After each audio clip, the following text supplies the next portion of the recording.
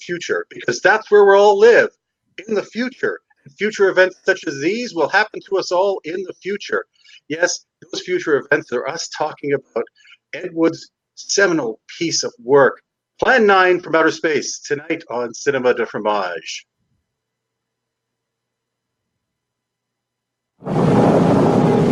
It is safe to state that the grandchildren of some of the people in this theater will not be born on Earth.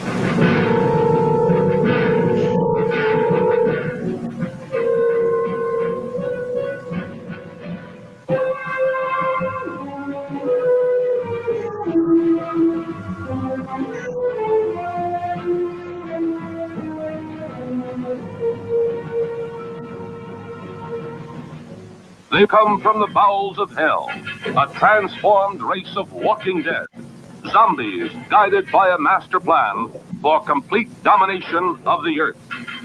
Plan 9 from Outer Space.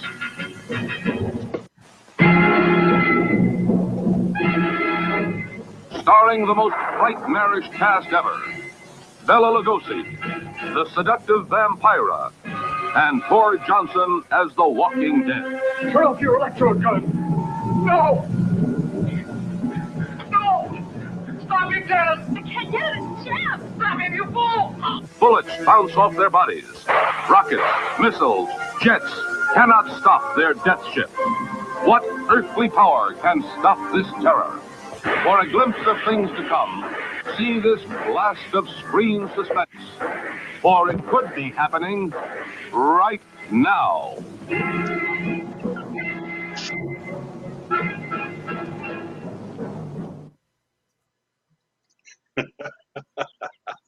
Welcome, folks. Welcome to Cinema de Fromage. And the reason I love bad movies is the movie we are watching tonight, which is Plan 9 from Outer Space. Ed Wood's greatest failure and success, because it made him infamous. I mean, this is the movie that created became infamous with the Golden Turkey Awards, a book that came out by the Medved brothers, and got me interested in bad movies and cheesy movies. And so I've got a very soft, gooey, nasty part of my heart that loves this film. So whatever I rate it is not worth spit. But anyways, welcome, and let's talk fellow hosts and see how they enjoyed this film. I know they did. I know in their heart of hearts they love this film. Starting off with Kente. How are we today, Kente?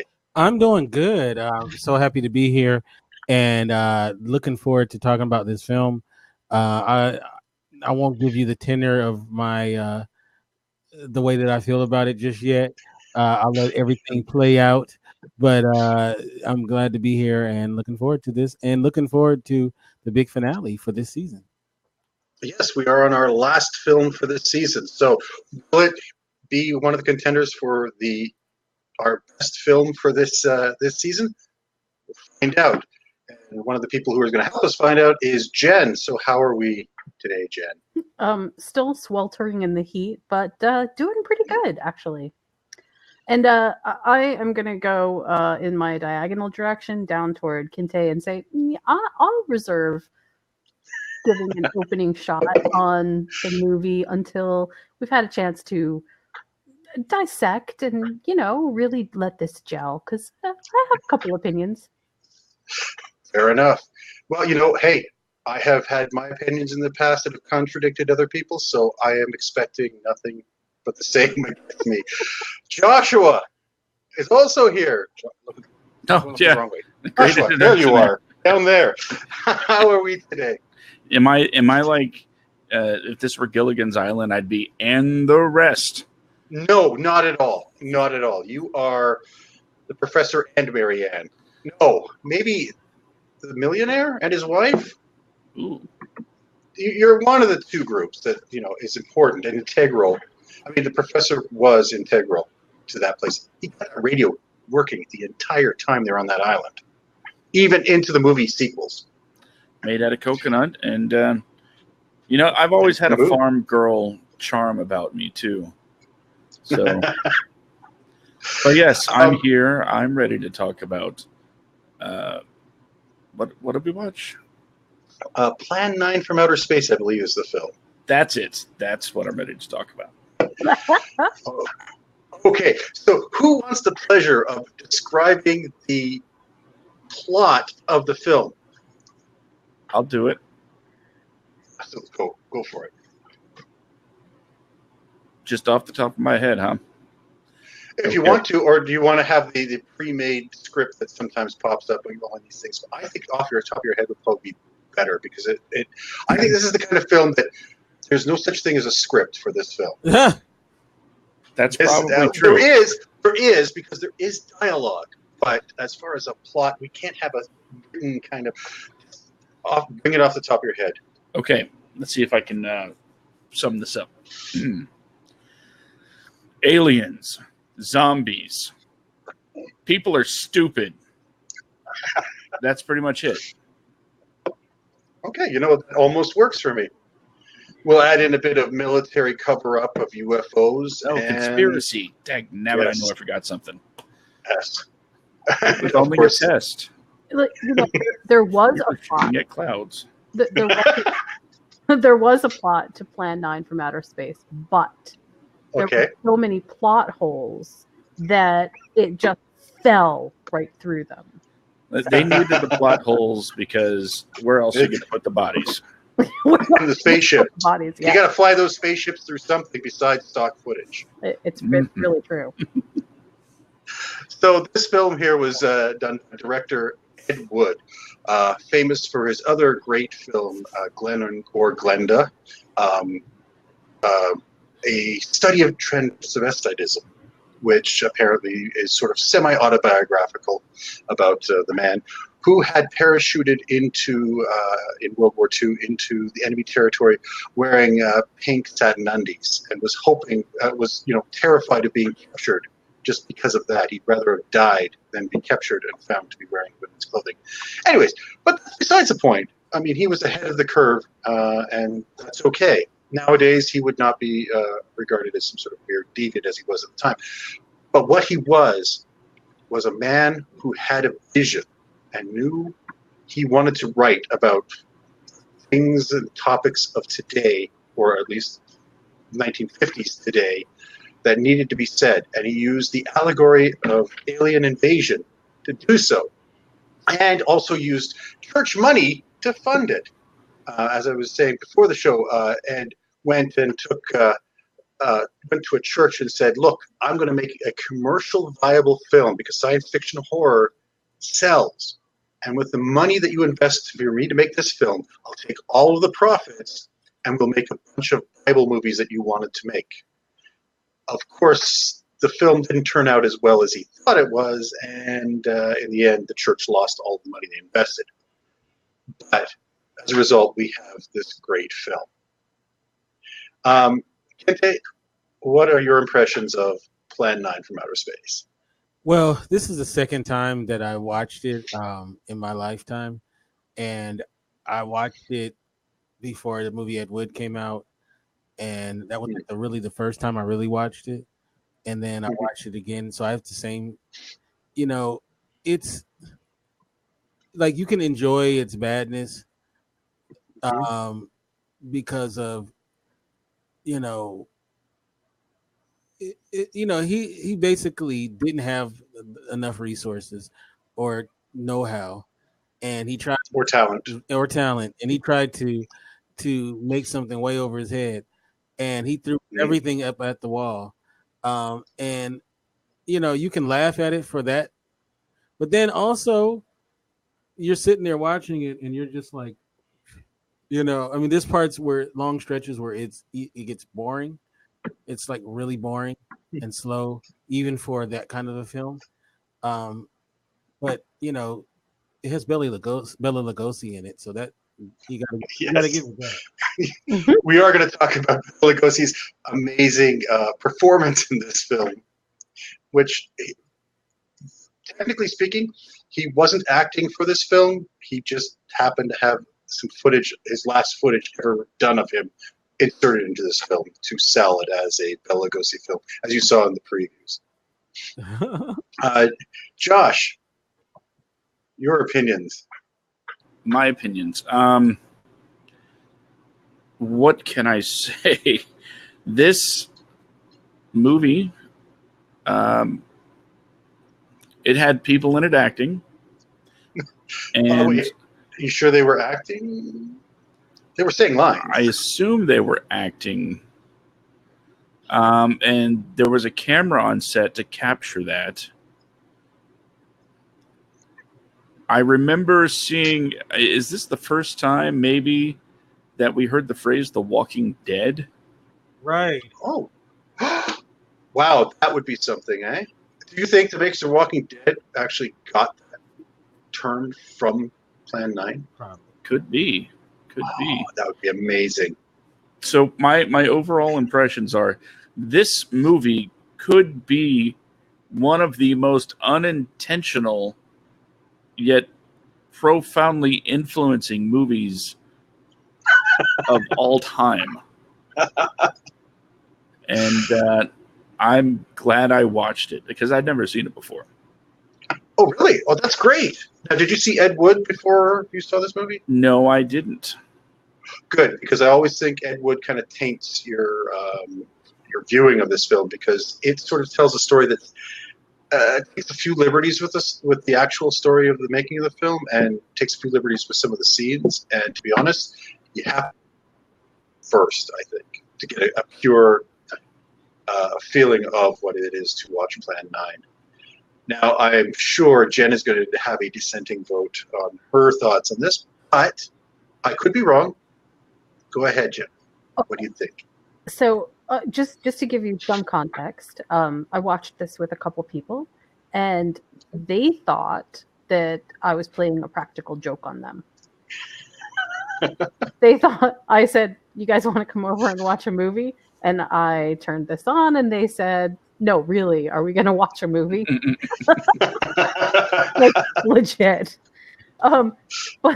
But aside from that, by the time that the movie was sort of like in the middle, and those people hadn't seen it before, I actually have seen this before. This is one of those movies that's like on your, this is the best of the worst movies of all time. I mean, everybody who's anybody knows Plan 9 from Outer Space, right?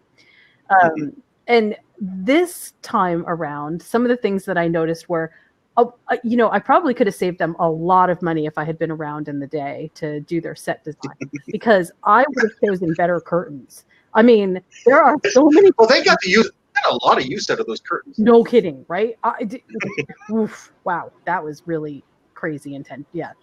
But the other thing that I noticed this time around was how much like the Munsters this movie really was. If you've ever seen the Munsters, the people in it are so.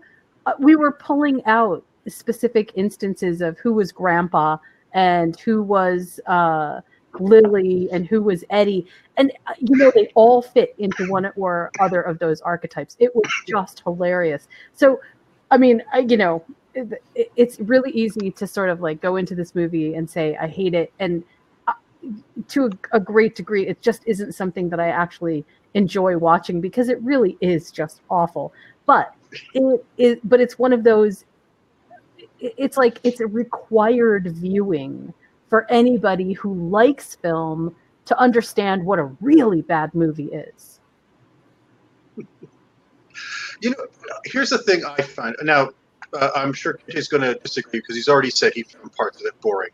But a really bad film is one that is almost unwatchable. It's either very bad, very boring, dull, and you hate it, but hate it. Now, I've disliked a few of the films we've done, and I'm sure every one of us found a film that we disliked. There's only one I think that we all probably hated and thought was, we couldn't ever watch that again. I think that was Casino Royale.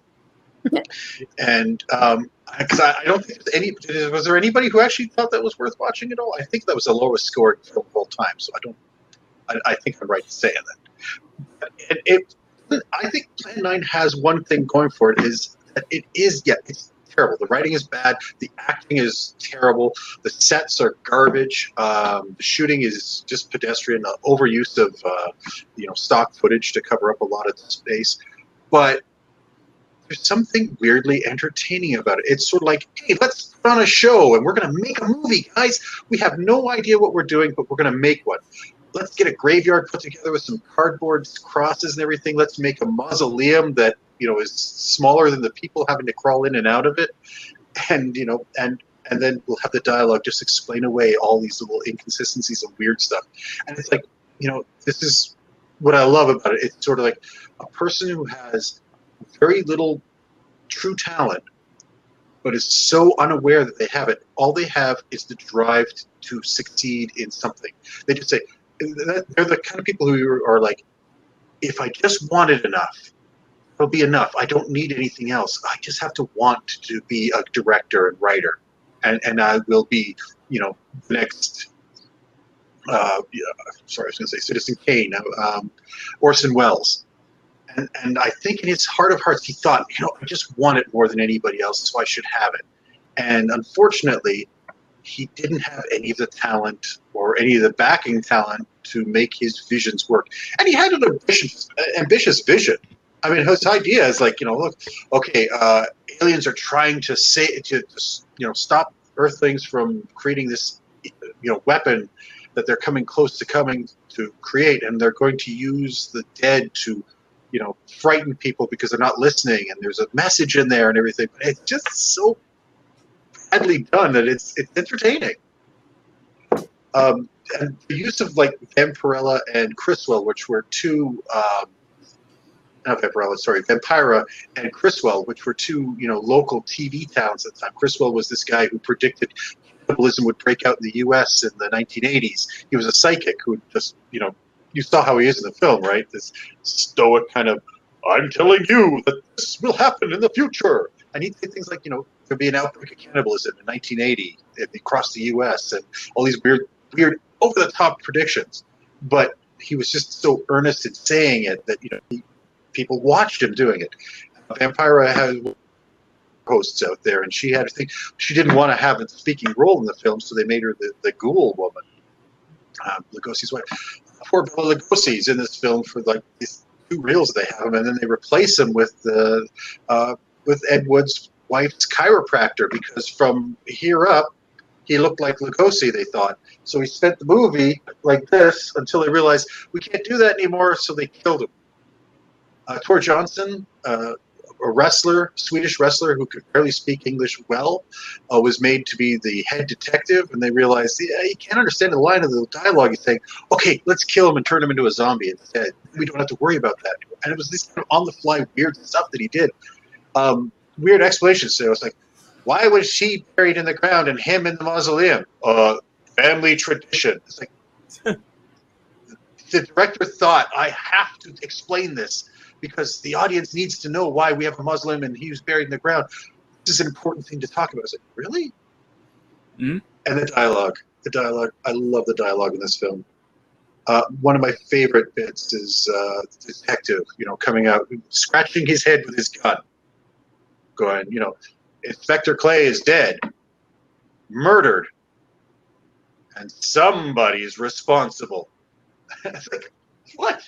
That's all he knows. That's how he decides, a crime is committed.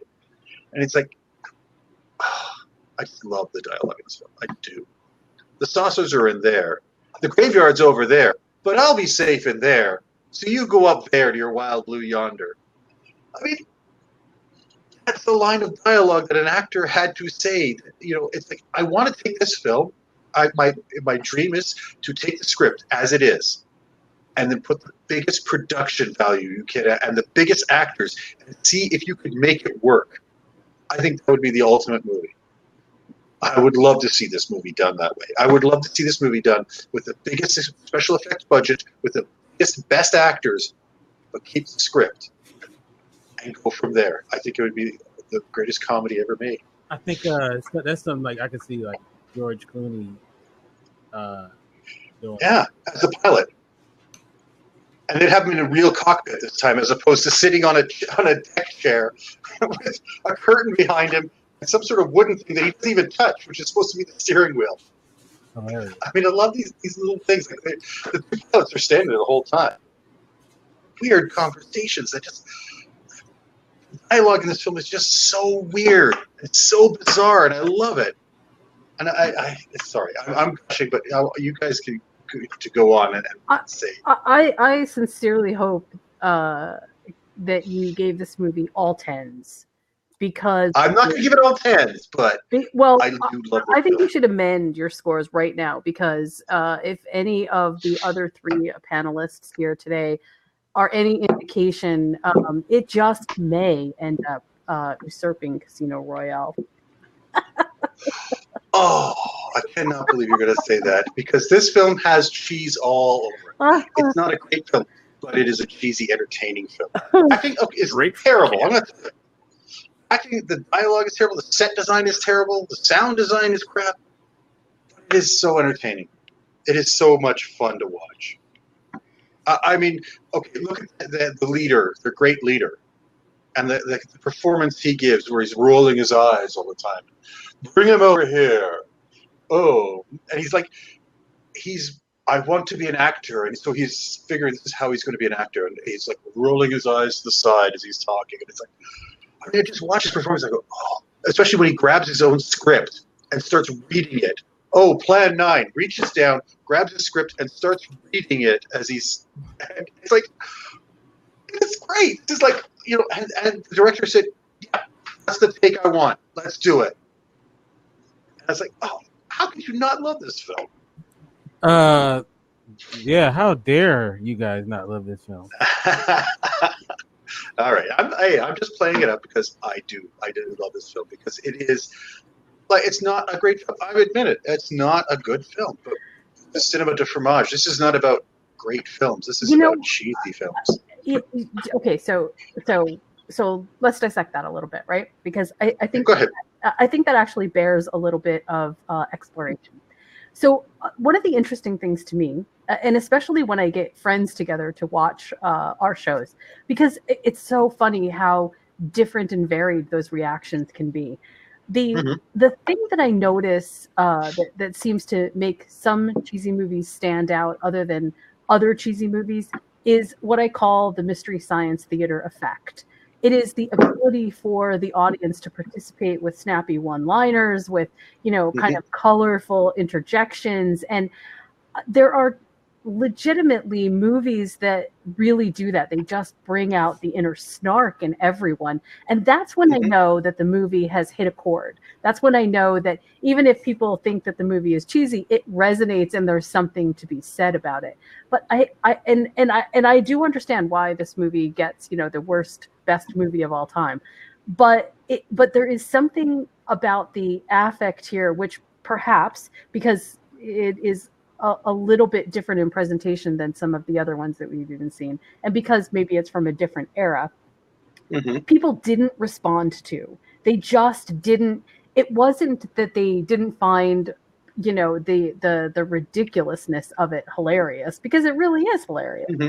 Yeah, it is, absolutely. It was that it had nothing to resonate with. And again, my guess is that, like you said, if this movie had been redone and it was just as ridiculous, we would actually all be sitting around singing a different tune right now. But I think also, and this is one of the things that makes it so cheesy, right? It's set, or it was shot at a time when we really didn't have a very good mastery over any kind of special effects. And so anything that they tried to do comes off looking super cheap and ridiculous. And it's almost on purpose, but it doesn't play quite that way, right? I know at the time what the history of it was, but at the same time, when we're seeing it in retrospect, it just looks like, oh God, they didn't even try. Now, hold on. I'll say, at the same time this film was out with the hubcaps on strings, you had Earth versus the Flying Saucers with Ray Harryhausen doing the effects for that. You had The Day the Earth Stood Still and their effects with that. I mean, they're still not spectacular effects, but they were a lot more polished and definitely didn't look like hubcaps hanging on a string that you could see every so often. not hanging over like, here, we're going to show you ABC, CBS, and NBC stock footage with this hanging over it. I mean, and these are the things this film has. It's like he's got little messages in this film. You look at it. Why was he showing the three big networks? Why was he showing the drunk having to put his stuff away when the UFOs came? Why is the army trying to cover up everything? And the conspiracy. I mean, this is the birth of conspiracy movements here. Yeah. Talk about Roswell and everything. This is the movie that starts it all. If you think about it. You thought I was trying to last week. I can't say a thing. It tied me up. I can't say a thing. It's like, I know what I saw. I can't do anything. The grass has got me. It's like, oh, okay. And even when they're playing the message from the dictal roboter, which you may call the language computer. And I'm going, wait a minute. If this is a language computer that translates, wouldn't it translate dictal roboter into language computer? Because we don't have a name dictal roboter. I don't know. But, and the condescending attitude of the aliens, I love in this film. He's sitting going, blah, blah, blah, you have to be warned. Why are you don't believe that we're here. Why are you people so stupid? It's like, and several times he sits there and says outright, you people of Earth are idiots with stupid minds. Stupid. Nice. The reaction, and this is where I'm saying there is actually some thought in his script. What's the reaction to when he does that? The guy takes out the butt of his gun and knocks him out. Right. It's like, dude, right. And then what's he say? If you create this solomonite, the word it's going to be created that will ignite the actual light. Instead of just atoms, it's going to ignite light and destroy everything everywhere. And what's one of the guys say? So what if we do? Then we'll be a stronger nation. It's like, oh my God, he's saying something about us. He's saying that, you know what? We're not prepared to take on this technology that we're given. And he's actually got some serious things to talk about. He just doesn't know how to say it right. So one of the things that especially me gets accused of a lot, rightfully so. Don't get me wrong, is that I read so much into everything. Right? I mean, I can watch an episode of the Mayans without seeing some extended metaphor in it. Ask Kinte. Right. And to some degree, either it's just there because I imagined it and it was convenient to my brain to make that association, or eventually we find out, hey, yeah, maybe there really was something to that. But in this movie, I just couldn't. I couldn't even. You couldn't look past it. It's there. It's hard. That's what I was going to say, though. I know that it's there, and yet it is so hard to get past the. Personally, I think this movie. The reason that it gets the cult status that it does is because it's so awesome at being so awful. But it's not, but it isn't the kind of awful that begs you to sort of take a deeper look. It's the kind of awful that's like, you know what, everybody should see this cult classic one time because it just is such a standard. But it didn't, to me, it just didn't have the, I didn't want to look into it. It just didn't. Fair enough. It didn't make me feel engaged in it, and I know that again. I was saying this before. When I went to film school, right? We were shown so many movies. Oh my gosh! Like one of the homework assignments that we had for 1 week was to watch 50 movies, and by the time you're at 50, they just all blur together, and some movies stand out in your mind as being better than others, not because the movie itself is so great. And this one obviously, has its moments, but because there's something in it that sort of captures your attention. And I was wondering from your perspective, what is it that captured your attention about this movie? For me? Yeah. It's, you know what?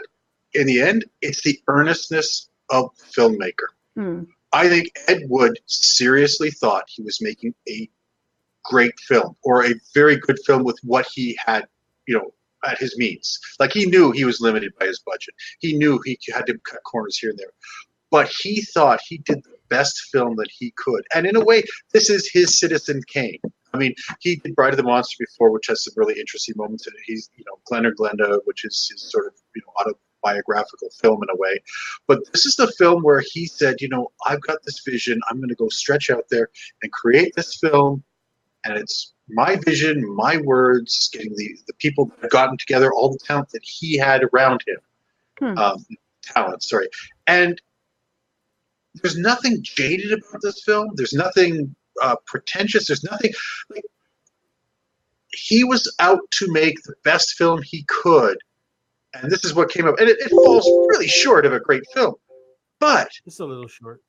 there's nothing insincere about it. There's nothing insincere about it. You don't have the feeling that some corporate person put their hands in it, or some producer came along, or somebody said, "Oh, we've got to do this and this because of this." It's like he made the film he wanted to make with whatever he could get his hands on at the time, and I love it for that. And it's bad. The dialogue is goofy. The sets are terrible. The acting is not good at all. But everybody there was trying to do the best that they could with what they had. And there's something I love about that. I love about the sincerity. I mean, we see films that are, nowadays you've got films that are put like, okay, for example, the latest Lion King. There's nothing in that. That's you got 1,000 people in a CGI lab creating the look of the film, which looks, it looks great, as realistic as they can with CGI. They took an old story that they did and they tried to do it beat for beat. They got a couple of big name actors to do voicing because that will bring people in, and there's nothing to it. It's a hollow, empty feeling that you get from that film. So it's nothing. Whereas this, as bad as it is, that everybody that was involved in it was trying to do the best they could. And even though it's a spectacular failure, it's entertainingly bad. And that's why I love this film, because it's sincere and awful, but goofy and weird. I mean, it's a weird film. I mean, to start off with Criswell doing that whole, in the future thing, future events like these will happen to us all in the future, and that's where we want to live. And the dialogue is meaningless and weird, and people go on these weird tangents. They talk like no human being ever has ever talked to each other, and yet the actors are still trying to do their best with that dialogue to put it out. I mean, you look at Eros, the lead alien, and he's belting out all of his lines and being as big as he can and doing the best he can with his limited talent, with a limited script, and and everyone's trying, and I love that about this film. I really do. There's nothing half-hearted about it. I mean, yeah, the effort comes off slipshod in the end because of budgetary and everything else, but there's nothing half-hearted in the efforts everyone's putting into it. And I kind of like that, and I miss that kind of thing in films because it's not there anymore, and it won't ever be back again. That's my thoughts on it. Sorry, I'm kind of overanalyzing this film because it's a shitty film, but I love this film. Not necessarily a bad thing that it's not. This movies like that don't exist anymore. No, but I'm saying kind of the actual integrity and effort. I mean, the belief in putting something together. Nowadays, it's soulless. At least there's a soul to this film. As twisted and warped as the film is, there's a soul to it. There's people who wanted to make a film and wanted to do something and make something. You know what? The thing is creative. The thing is, and again, just to reiterate what I was saying before about why I'm sort of excited about what we're going to do for next season, the naivete that existed once in movie making is not only no longer a thing, but it's not possible anymore. I mean, we just had on the spotlight an independent filmmaker who they were probably smarter collectively as a group than, and I don't mean smarter intellectually smarter, I mean smarter about movie making than more savvy, yeah. Then right, and it's such a different atmosphere right now that movies like Plan 9 from Outer Space just can't exist anymore. It's just not a possibility. It's true. Well, but hold on, you have Pandemic and you have The Room, and those are both films that are in the same light. They're done by directors who have no right in directing. Somehow got the money together to put together their vision. And they're awful films, but they're entertaining too. I mean, if we were to be able to do after 2000, I would put those two films on there to watch.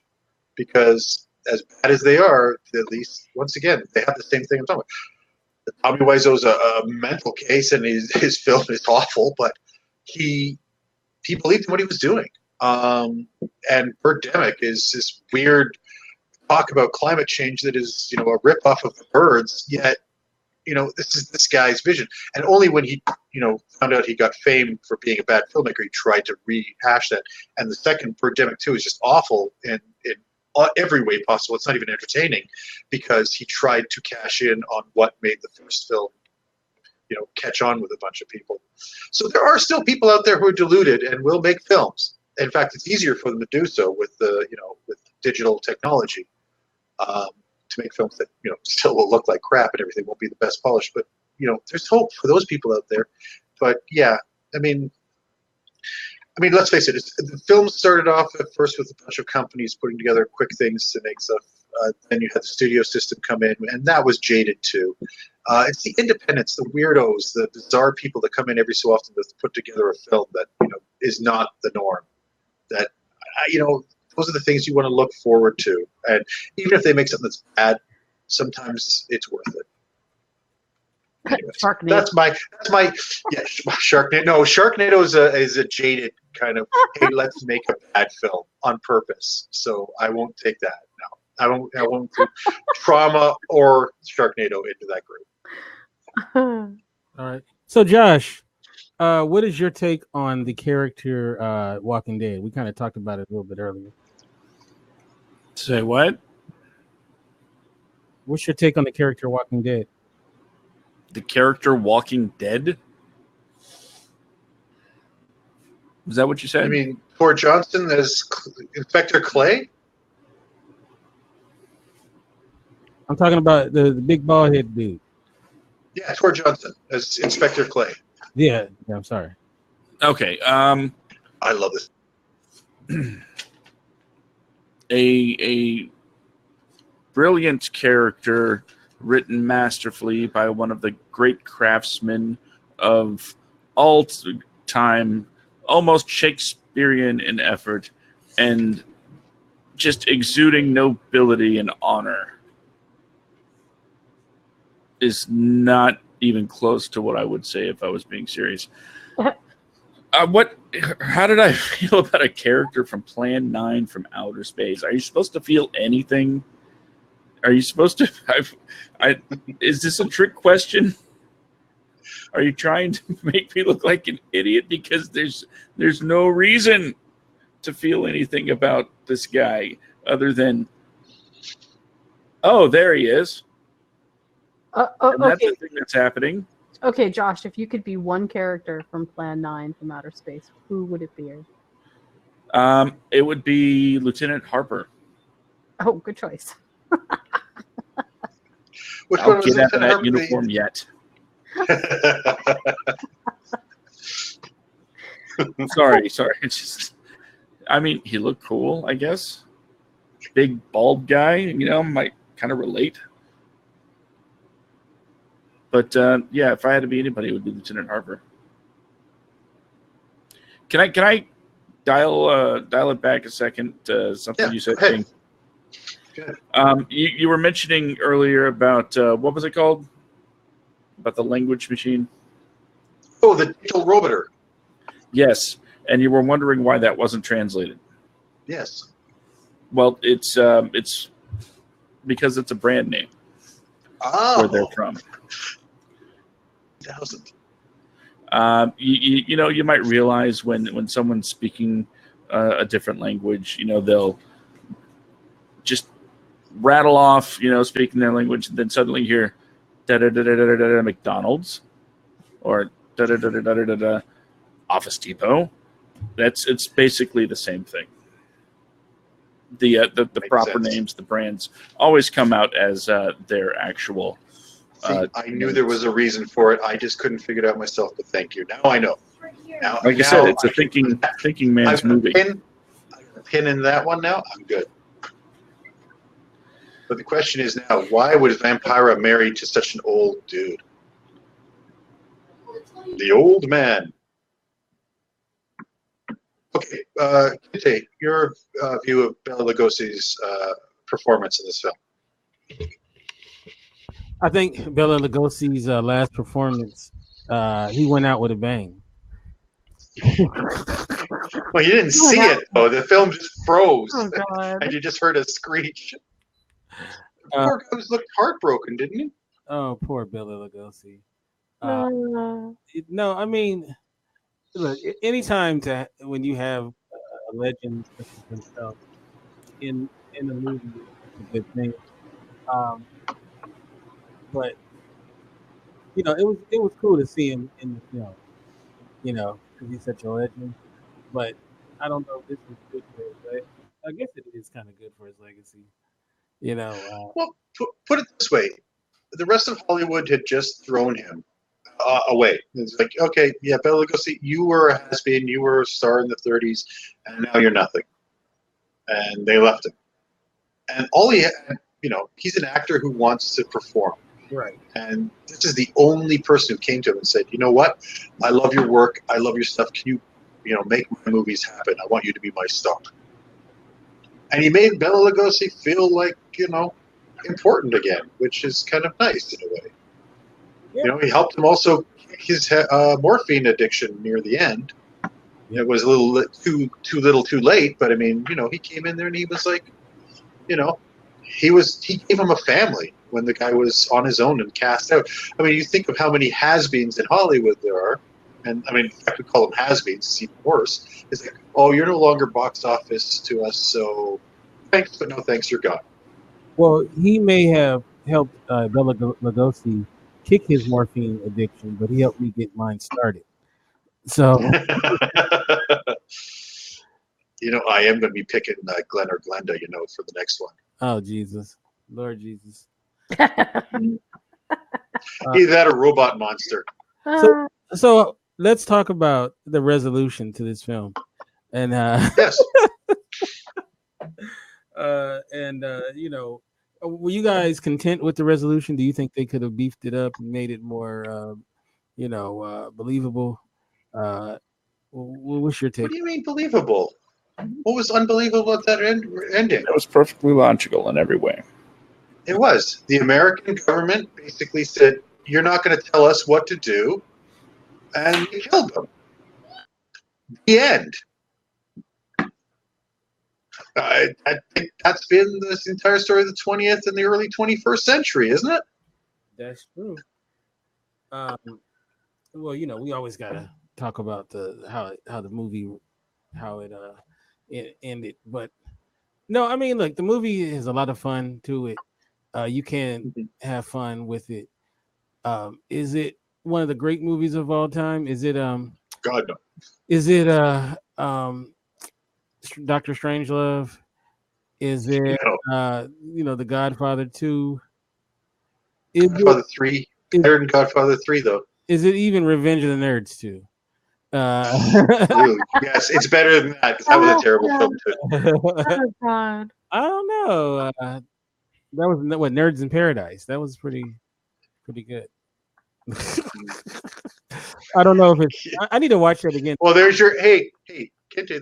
That could be your '80s choice. Think about it. No, I got my list already, so I already know what I'm gonna do. And that didn't make the cut, unfortunately. Okay.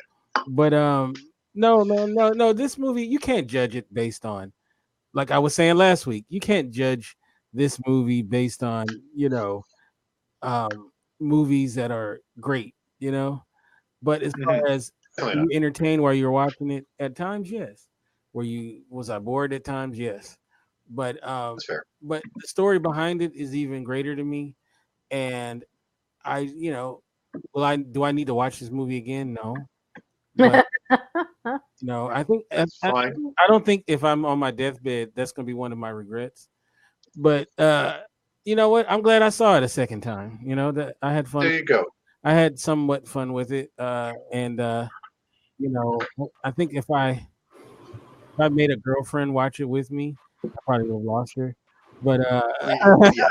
This is not a girlfriend flick. This is not an impress your friends flick. This is basically you grab some people who want to enjoy something that they know is going to be awful.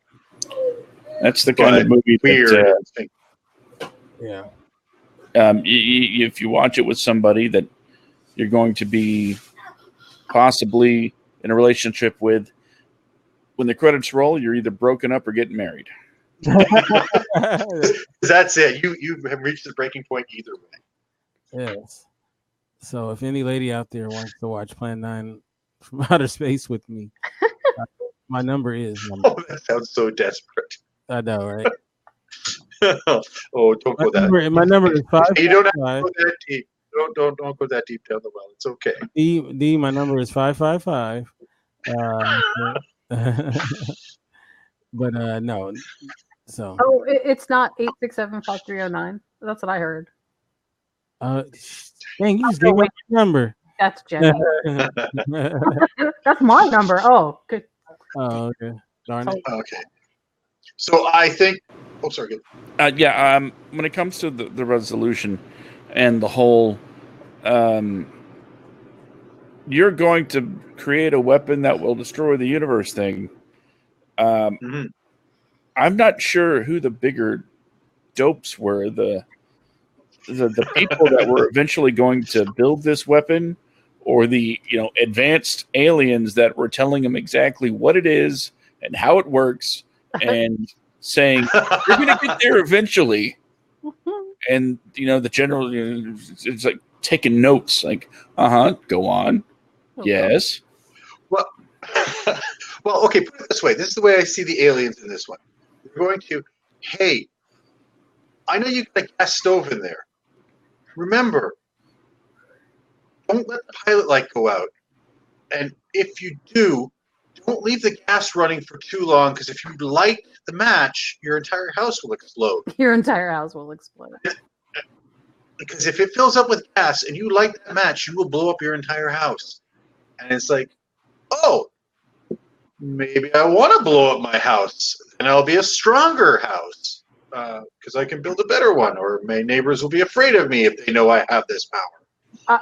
So I think aliens said, these guys are going to eventually figure this out, so we've got to stop them down and say, hey, you know what? Yeah, you can do this, but if you do, we're going to die. That logic seems slightly faulty, just on a couple of different levels. Well, I'll put it on historical. I'll put it on a historical note.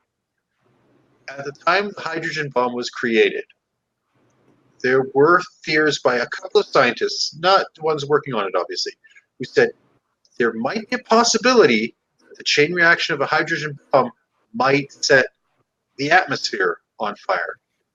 And the guy said, well, yeah, but you know what? There's a 75% to 85% chance it won't, so we're going to do it. When you think about it, it's like, if you had a 25% chance of igniting your entire atmosphere and killing all life on the planet, do you take that chance? Those guys did. And it's like, why did they do it? And these were talks that were going on at the time this film was being made. And I think this is like, as dumb as the movie is, I think this is one of the things he's thinking. I was like going, why are these people doing this when it could be potentially fatal for all of us? But we're doing it anyway. And because that's the thing. He says it to the army guys and everything, and their response is, so we'll be a stronger country then. And this is where I'm kind of going, you know what? Under all the dung that this film is, there is a little nugget of something good in there, or an idea of saying something important, but it's buried under a big pile of dog turd. So do you want to dig for it for that? No, but I had rubber gloves, so I was okay to find it. So it's okay. Oh, I can't hear you. Oh, I'm sorry. I'm glad we have you. There we go. I'm glad we have you for that. I got the gloves. Yeah. And a beer, right? Is that a beer? That is my second one, yes. Any talk about alien bureaucracy? Mm-hmm. Did they mention the bureaucracy? I can't remember that. I don't remember. They might have. Did have like 8 other plans that failed. You're only going to get one ship. Oh, I know yeah. you have ships. We got to take two away. It's true. It's like, wow, alien red tape. It was like, I have to take 2 away. And this is one of the things that Ed Wood has. Like, yeah, I can only do the special effects for 1 saucer now. Let's write it in that they took the other 2 away. Yeah. And so they have the actor explain it. So it's instead of saying the audience, he's worried that the audience is going to sit there watching the film going, there were 3 saucers in the beginning of this film, but now there's only one. Why is there only one saucer? No, don't worry. I got that explained. Wait till the scene comes up where the imperious leader says, I'm taking 2 away. He's like, oh, good. Thanks. As an audience member, I'm so happy he did that because I was worried. It's like the mausoleum and the grave thing. I needed to know this because that would have bothered me.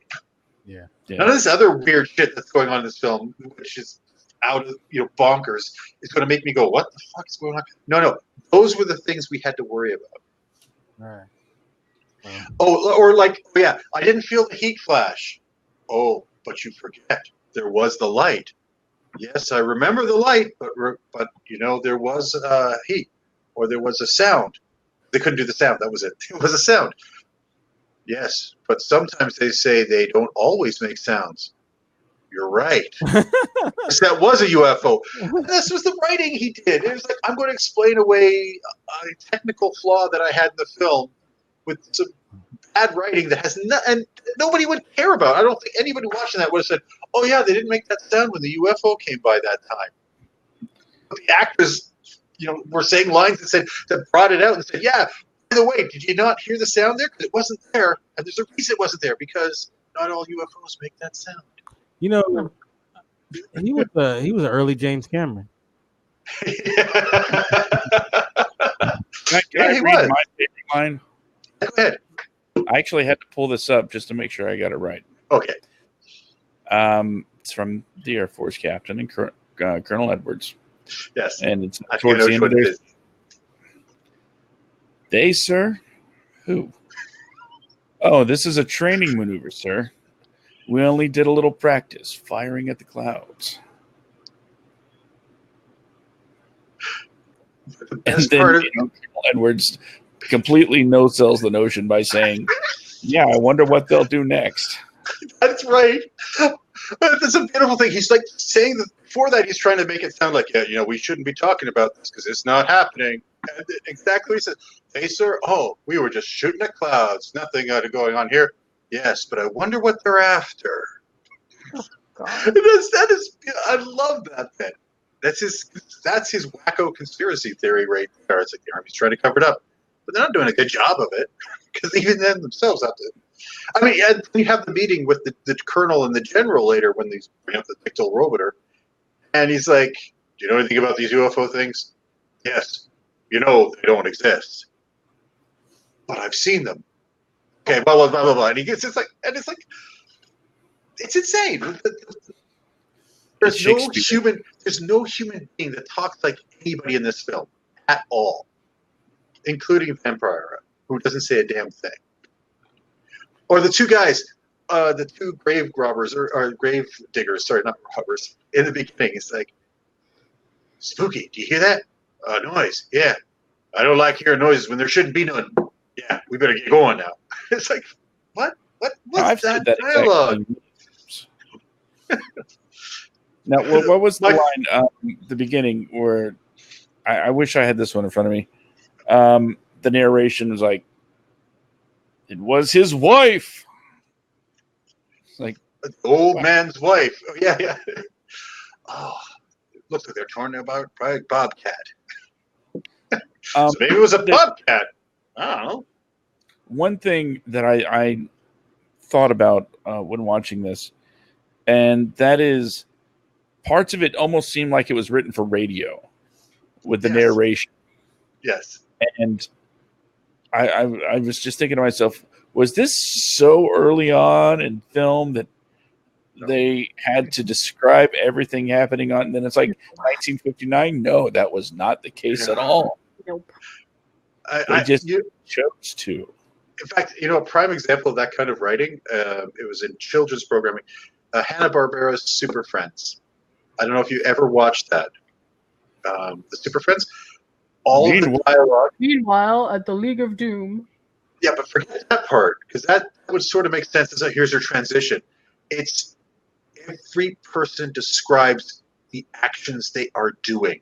Yeah. It's as if it's a radio play, because it's like, I've got to get to that fader and fast. I'll have to pick this up and throw it. And he's saying exactly all the stuff he's doing. And it's like, I mean, I would love to dissect one of those episodes because all the dialogue is like a radio play. It's insane. It really is. However, speaking of insanity, I guess it's time to rate this insane piece of work. I don't know what happened, but something's starting to stink awfully bad here. Another great line from this film. I'm sorry. The It's cops, okay. I love the Shoot. cops. All right. Okay.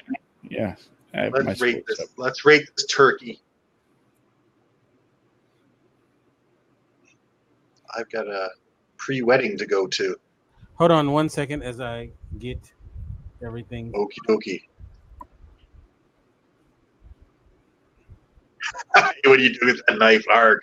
Yeah, Yeah. that's exactly it. I love that.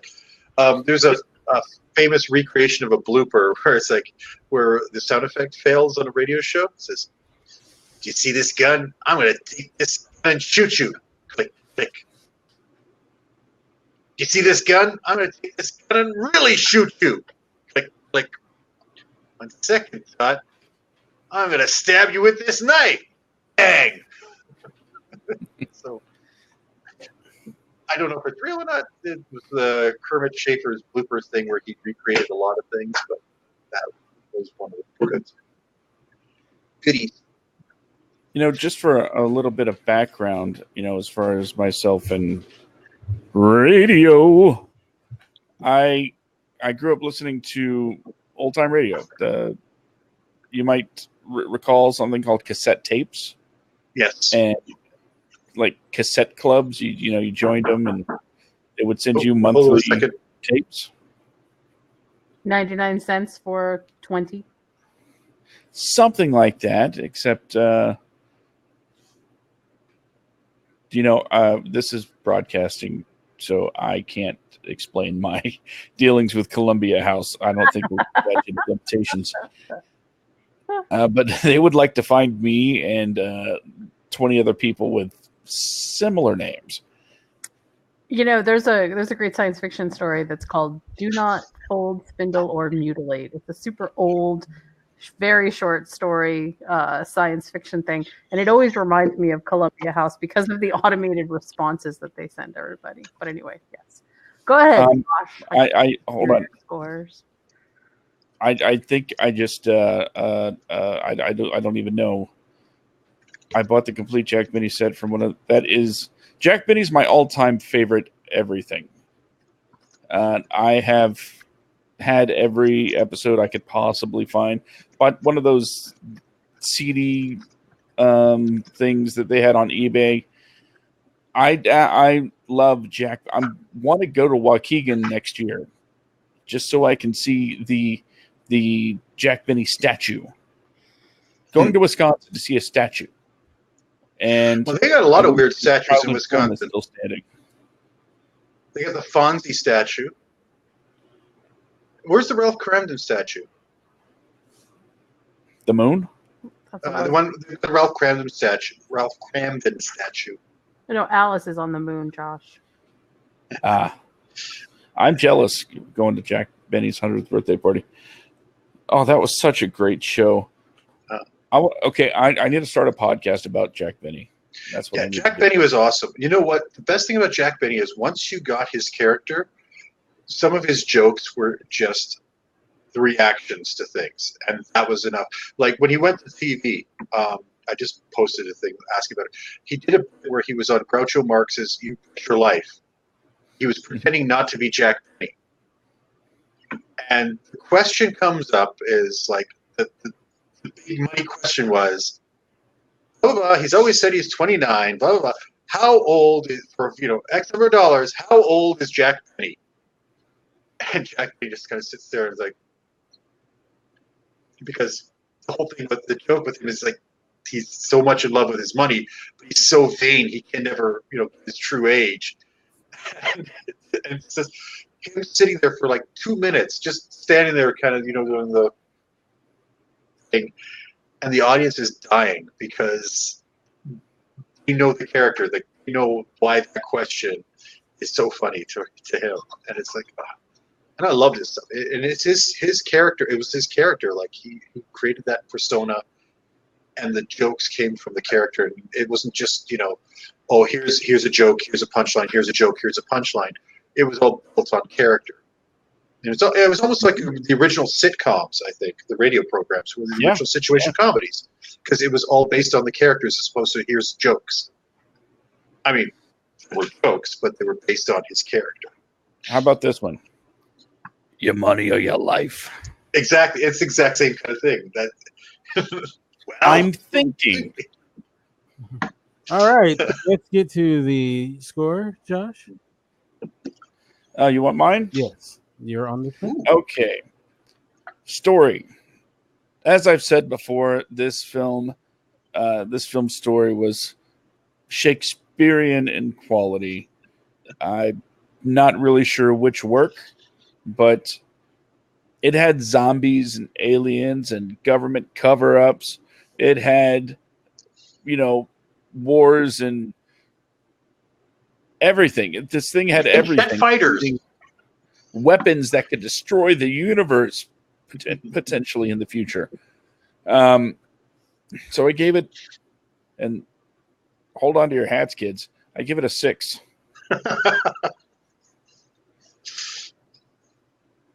The acting.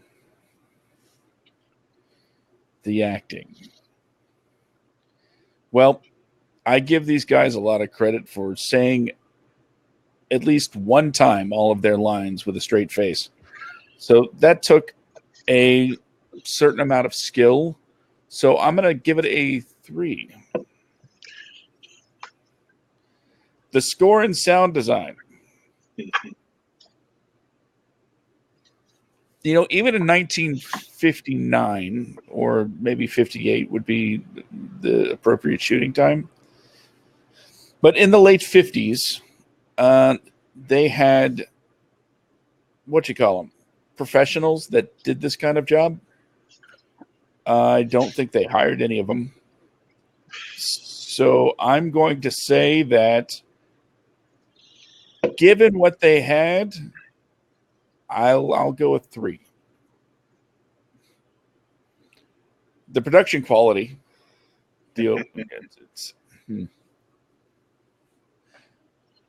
I'm sure someone will explain this a whole lot better in just a second, so I'm just going to give it a 4. I was going to explain why you give it a 4. I'll just chime in at some point and say, "Yep, that's it." But adding all of these together and really looking at how one can be entertained by less than stellar everything.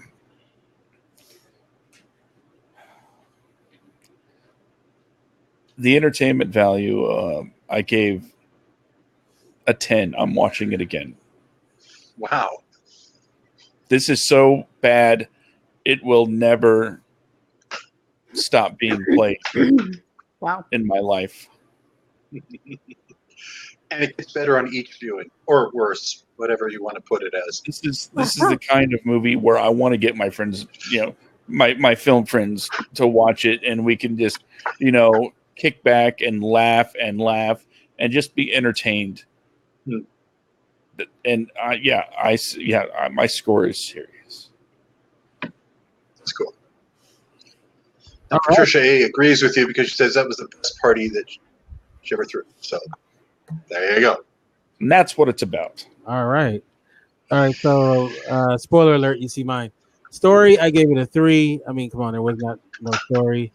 Acting, I gave a 3, and I gave that just because Bela Lugosi was in it. Love. Score / sound design, that gets a 3 as well. Production quality, the hubcaps notched it up to a 3. And overall entertainment value, I gave it a 6 because even with all those, no story, no acting, no score, no production quality, it was enjoyable in a lot of parts. So I gave it a 18. Okay. Jen, you are next. Okay. I'm gonna make this so super easy. Ready? Story, acting, score, and sound production. I gave a 2.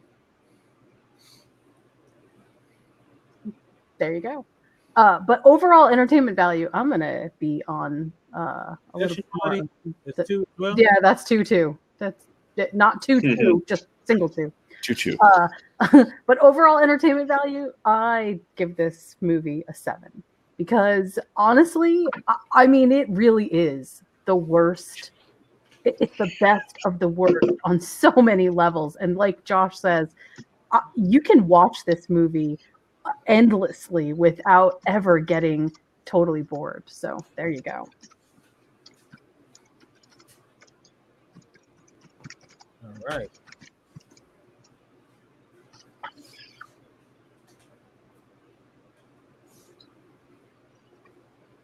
It's on you, Terry. All right, then. We'll start with story. Nonsensical, weird, bizarre, in many ways. It, it's not good writing in any way, shape, or form, but I give it a 4 because at least it wanted to be something more than what it was. Acting, yeah, the only professional actor in that entire film was Bela Lugosi, and he's silent and doing his ham-handed best to look sad and smell a flower or walk from the grave 1,000 times doing the exact same thing, which I think he was doing for a vampire film. The other was for a different film, but they put them together. Performance 4. Score and sound design. You know what? I still prefer this over Halloween 3.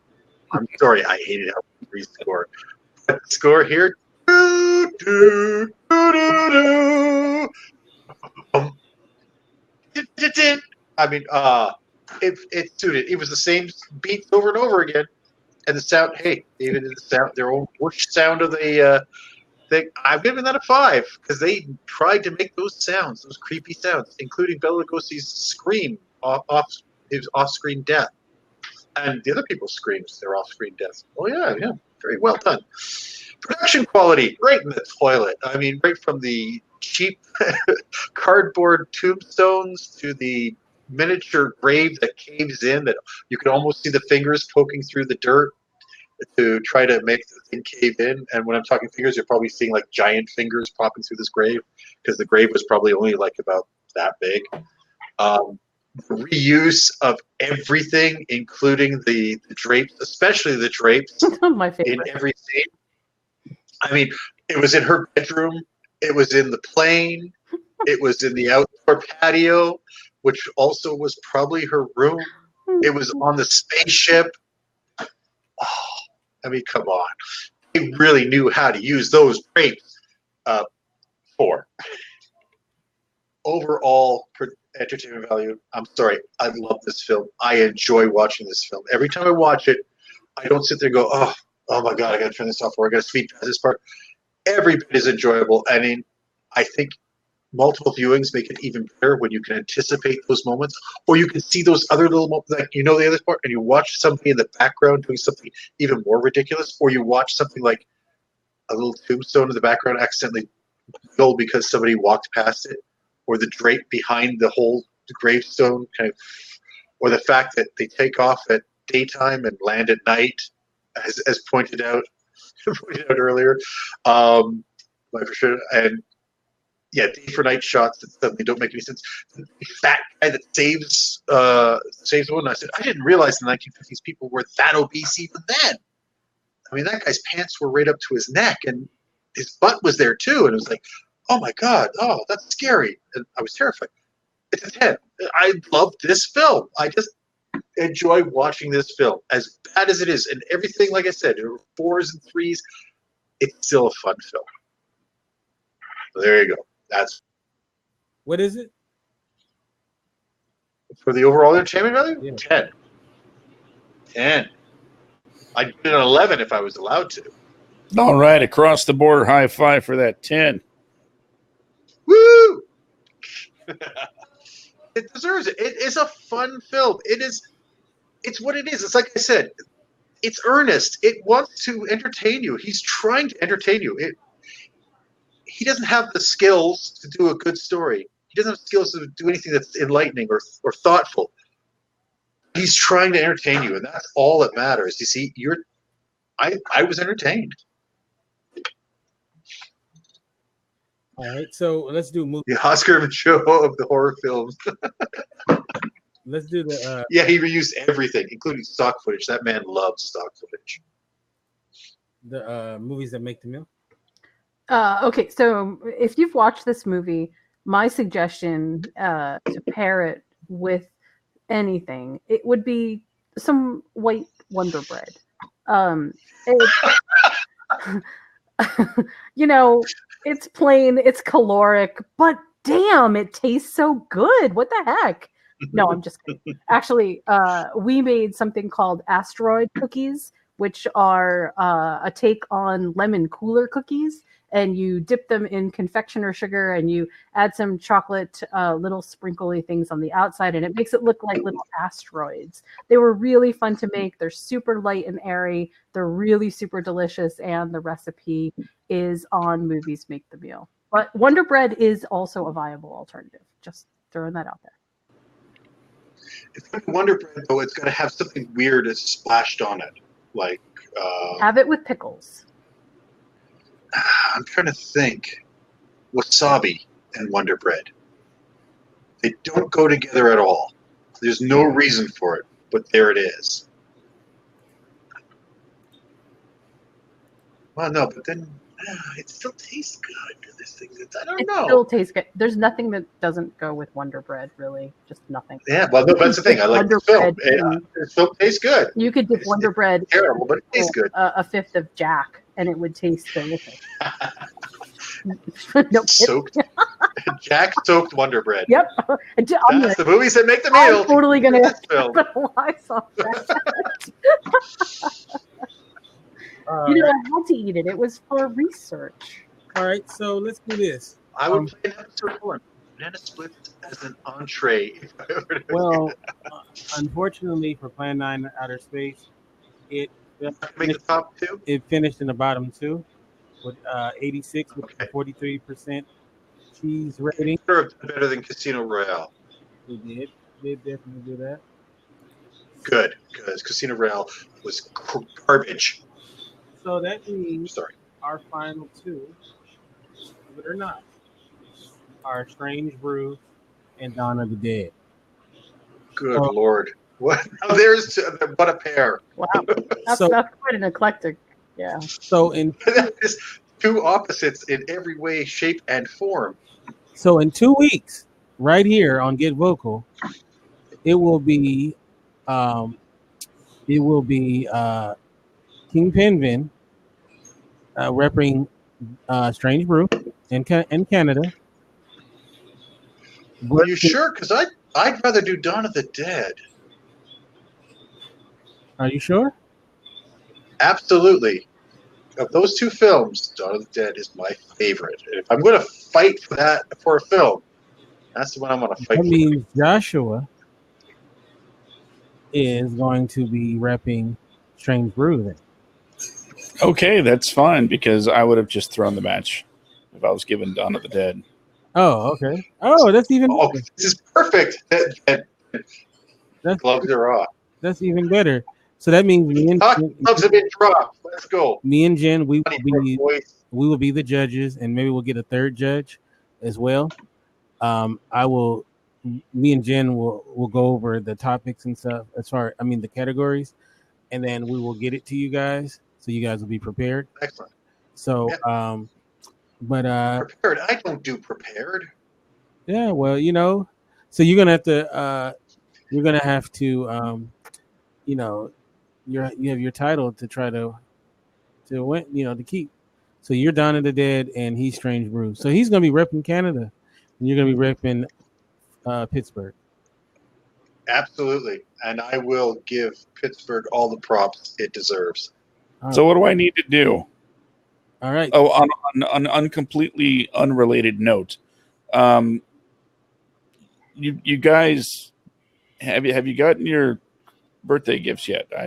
Oh no. It might be in the mail still. Just Hmm. keep an eye out for that. No, but I could send you my PayPal address. I mean, just totally out of just, in case you ever want it. So there, that's the thing. I did happen to have an influx of cash recently. Josh. an influx. That's when that's a lot of money. When you have an influx of cash. Oh, So, that's so awesome. in 2 weeks, which is what is that? That is the 12th.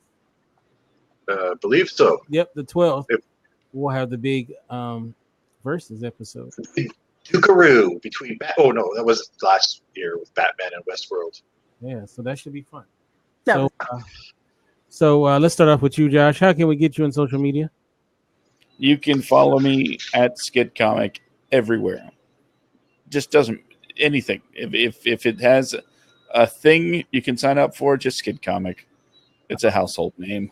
That's right. What about you, Jen? How can people get you? Oh, they can find me on Twitter at Following Bliss1, and of course my websites, moviesmakethemeal.com and Critical Laughs with 2Ls.com. The laughs are very critical.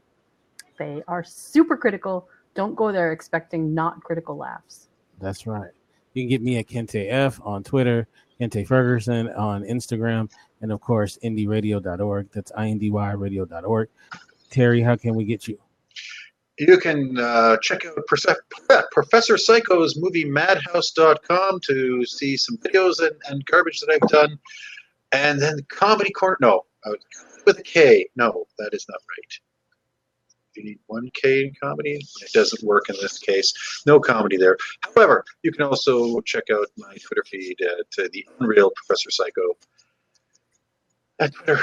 So that, and I'm ready, and I'm willing, and I'm able to fight for Dawn of the Dead. Yeah. Against my nationality here, because you know what? We're in a time there's just too much nationalism. We have to break those borders and look at the bigger picture of what is good.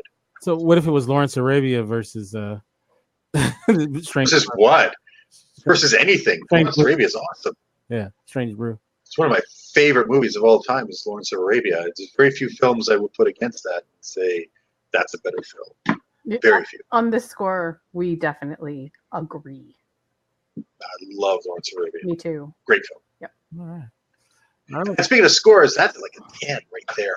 Bow. No, I'm gonna be like, oh, it was okay. Story. Typical candidate. Oh, you liked it? I don't. What are you going to do next week? Oh, It was no Halloween. I don't like that. It's not intentional. This is the way it's been going in the last few films. It was sorry. There's no Halloween 3.